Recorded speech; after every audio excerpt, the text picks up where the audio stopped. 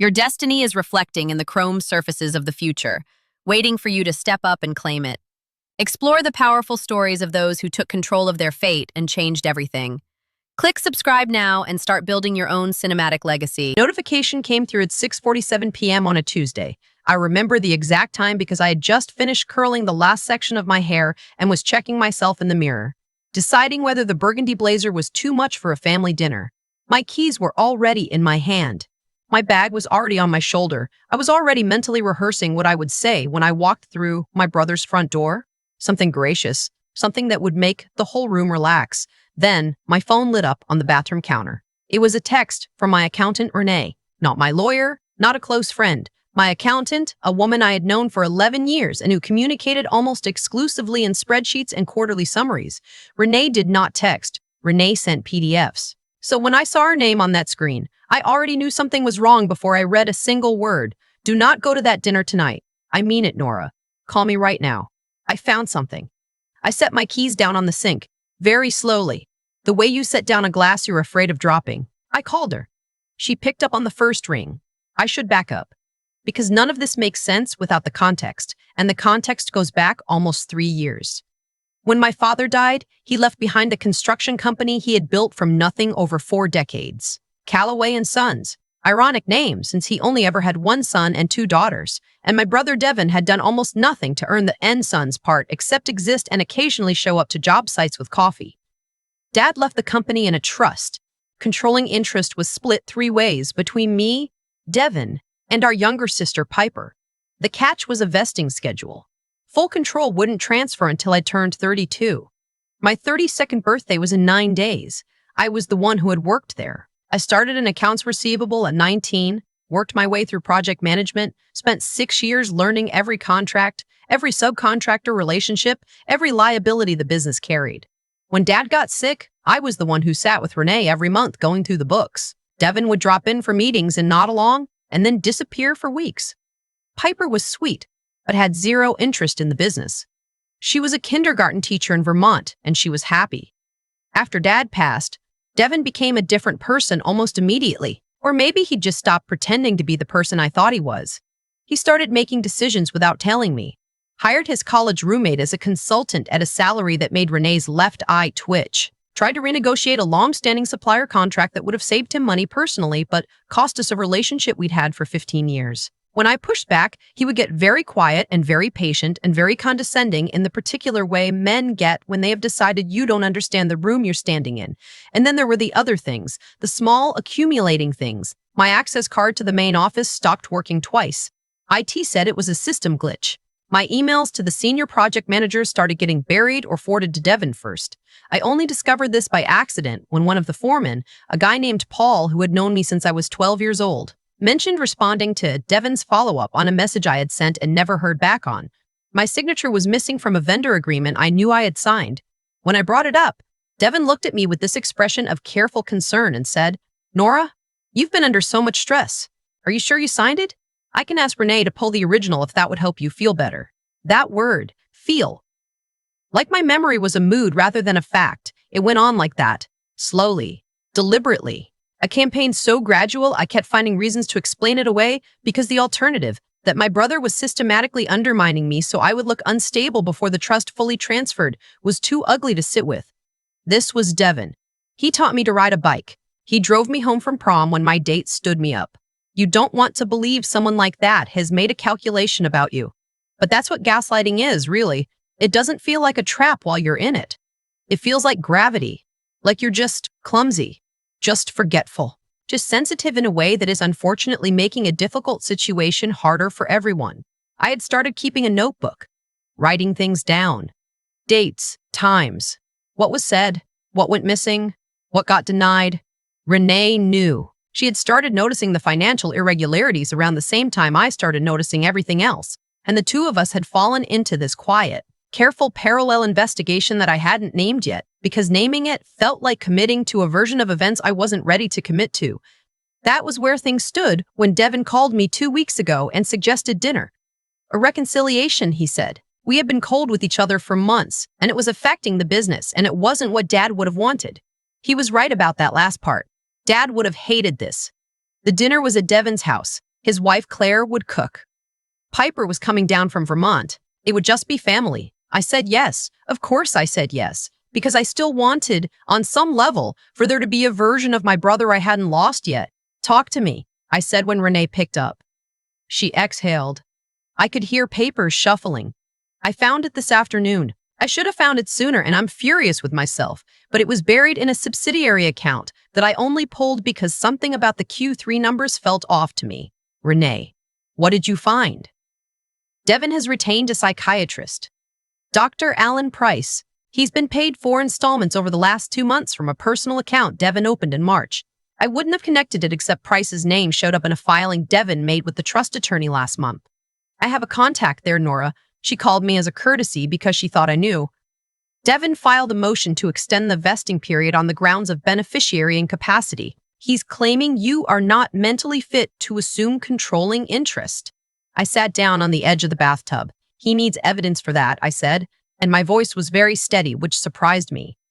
That's what tonight is, Renee said. I think that's what tonight is, Renee said.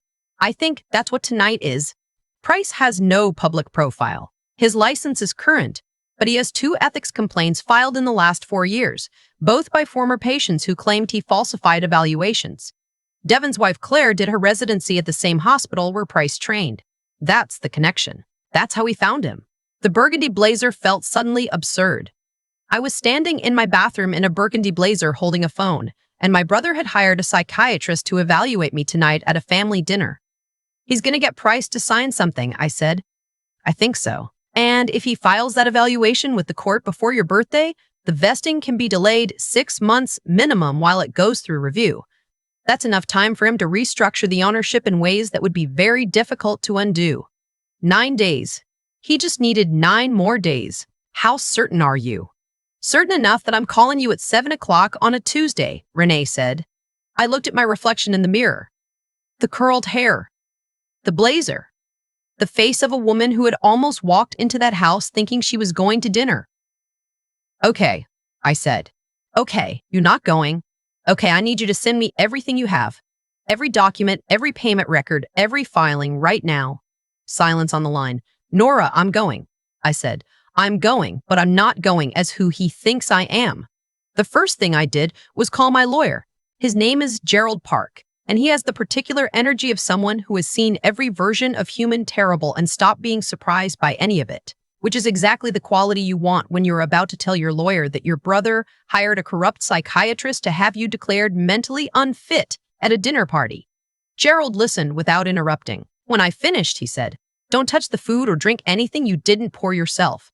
I know. Send me Renee's documents the second she sends them to you. I need to look at that filing. Already told her. And Nora, do you have someone inside that house? Someone who will tell you what the room looks like when you walk in? I thought about Piper. Sweet, gentle Piper who had driven 4 hours from Vermont because Devin told her this was a reconciliation dinner. Piper who still believed, as I had believed for too long, that Devin was the person he had always presented himself as. Piper who had called me last week and said in her careful way, "He's really trying, Nora. I think he means it this time." And I had not told her what I knew because I didn't want to be wrong. Because being wrong about your brother is one kind of pain, and being the person who took that away from your sister is another kind entirely.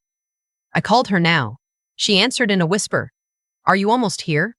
Devin's been checking the driveway every 10 minutes. Piper, I need you to listen to me very carefully, and I need you to not react where anyone can see you. A pause. You're scaring me. Good. Being scared is the appropriate response. I told her, not everything, there wasn't time, but enough. The psychiatrist, the filing, the 4 payments, the ethics complaints. The silence after I finished was the specific silence of someone recalibrating everything they thought they knew about a room they were standing in. There's a man here, she said finally, very quietly. Devin introduced him as a friend from the club. He got here an hour ago. He's been very interested in when you're arriving. What does he look like? 50s. Glasses. He keeps a small notebook in his jacket pocket and he takes it out and writes in it when he thinks no one's watching. Dr. Price. Observing the family dynamics. Building his file before I even walked through the door. Okay, I said. I need you to do something for me. Anything. The wine. Whatever Devon's put out for tonight, especially anything designated for me specifically.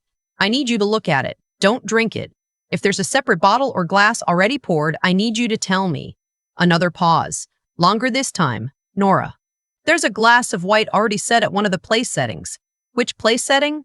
The one facing the window. The seat with your name card. My name card? He'd made name cards. Of course he had. Pour it down the drain, I said.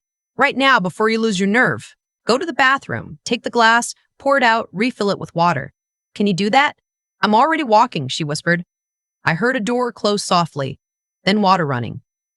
Done, she said. Nora, what was in it? Hopefully nothing, I said, but I'm not betting my life on hope tonight. Before I drove to Devon's house, I made one stop. There's an urgent care clinic 8 minutes from my apartment that offers on-demand lab work if you pay out of pocket. I paid out of pocket. 45 minutes later, I walked out with a time-stamped blood panel and a written statement from the attending physician confirming that I was alert, oriented, and showed no signs of impairment, intoxication, or psychiatric disturbance. The physician looked at me a little strangely when I explained what I needed and why, but she signed it. People who work urgent care have given up being shocked by the specific ways human beings treat each other. I also had Gerald on standby. He was pulling the court filing Devon had submitted, verifying Renee's documents, and had already placed a call to someone at the county clerk's office who owed him a favor. And in my coat pocket, I had a small digital recorder, which is legal to use in our state in any conversation to which you are a party. I was not going to dinner. I was going to a deposition. Devon's house is in one of those planned neighborhoods where everything is aggressively tasteful. Stone driveway, mature trees lit from below. The kind of house that says, we have arrived in every architectural choice. Claire opened the door before I reached the steps, which meant she had been watching. Nora. She hugged me the way people hug when they're performing warmth for an audience. We were starting to worry. You know how you are with night driving. You know how you are. It was word for word what Devon had been saying for 2 years. I wondered if they practiced it, or if it came naturally after a while. Traffic on the bridge, I said, smiling, letting my eyes go slightly unfocused the way I'd been practicing in the car. Distracted. A little out of it. I needed them to believe the performance was going the way they'd scripted it. The house was warm and smelled like roasting chicken, and something I couldn't identify underneath it, something chemical and faint that might have been nothing and might not have been. Devon was in the living room. Piper was sitting on the sofa with her hands folded in her lap, and the particular stillness of someone trying very hard to look normal. And there, by the bookshelf, examining the spines of books he definitely had no interest in, was a heavy-set man in his 50s with wire-rimmed glasses and a jacket pocket that had a small rectangular bulge. Nora. Devon crossed the room and hugged me. He smelled like his usual cologne. His grip was half a second too long and half a second too tight. The grip of someone checking whether you seem steady on your feet. I'm so glad you made it. There's someone I'd like you to meet. This is Alan, an old friend of Claire's. He was in the area and I thought it would be nice to have him join us. Alan Price shook my hand. He had the professional attentiveness of someone who was listening to more than your words. It's wonderful to meet you, he said. Devon has told me a lot about you. I'm sure he has, I said pleasantly. We sat down to dinner.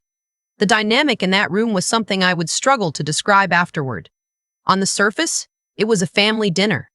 There was food. There was wine. Devon had opened a bottle of red and poured for everyone without hesitation, not realizing that the glass already waiting for me at my place had been neutralized. He said something about the label. Piper made conversation about her students. Claire talked about a renovation project. Price watched me. He watched the way I held my fork and whether my hands were steady and how many times I paused mid-sentence. He was cataloging. Devon steered the conversation, subtly and skillfully, toward topics he knew stressed me.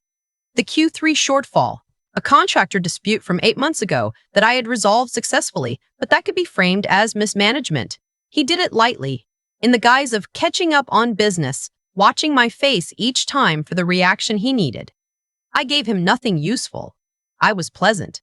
I was present. I made eye contact with Price at exactly the right intervals and let my responses be measured and clear and completely inconsistent with the narrative Devon had been building about me for 2 years. About 40 minutes in, Devon excused himself to the kitchen.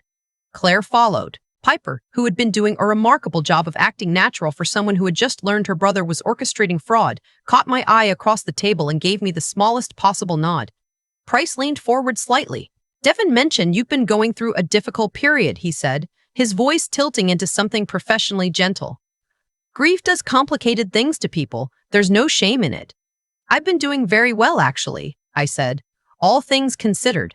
He mentioned some concerns, memory issues, difficulty focusing, misplaced documents. Devin mentioned that. I kept my voice curious, untroubled. That's interesting. I wonder where he got that impression. Price blinked. Very slightly. It might be worth having a formal evaluation, he said. Just to rule things out. As a precaution, I smiled at him.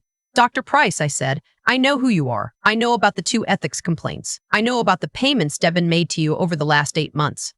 I know about the motion he filed with the trust attorney. And I have a timestamp medical clearance in my coat pocket from an evaluation I had done 2 hours ago by a licensed physician who confirmed I am completely oriented and unimpaired.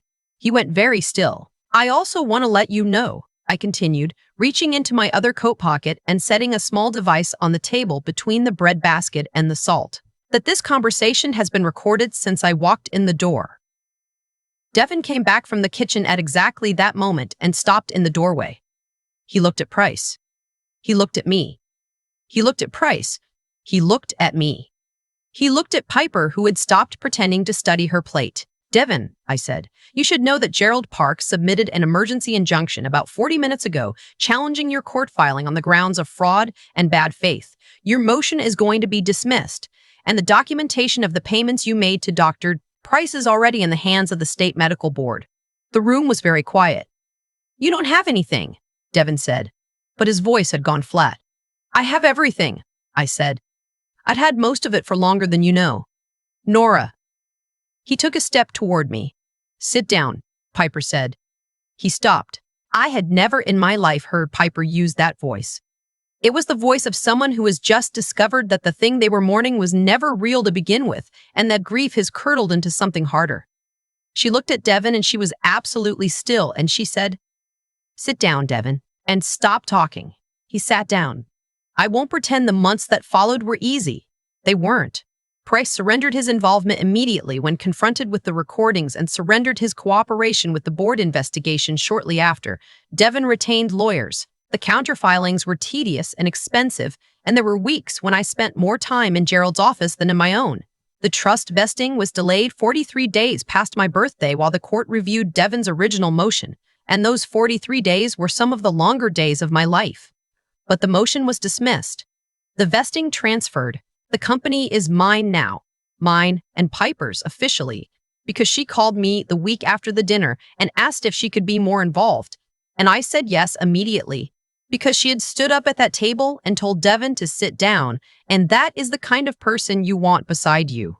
Devin and Claire are in a different chapter of their lives now. I don't know the details, and I have stopped trying to know the details, because there is a specific freedom in deciding that someone's story is no longer yours to track. What I do know is this. 3 years ago, I sat across from my brother at our father's funeral and thought that we were in this together. I thought grief would make us honest with each other. I thought loss would strip away everything petty and leave only what mattered. I was wrong about what he was. I was right about what mattered. What matters is that I knew my own mind even when someone was spending years telling me I didn't.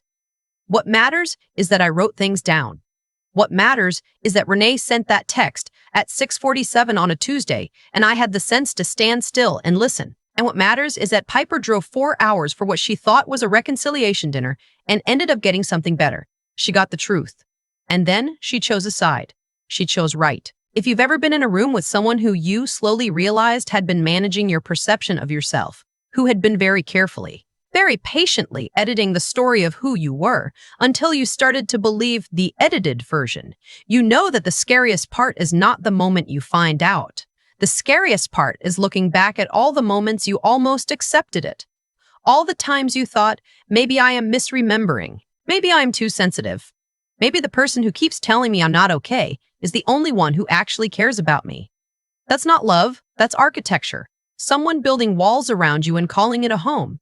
I got out. And if you're reading this and something in it feels familiar, I hope you find your Renee. I hope you find someone who calls you at 6:47 on a Tuesday and says I found something and means it. Because you deserve someone in your corner who is paying attention when you're too tired to pay attention yourself. And I hope you write things down.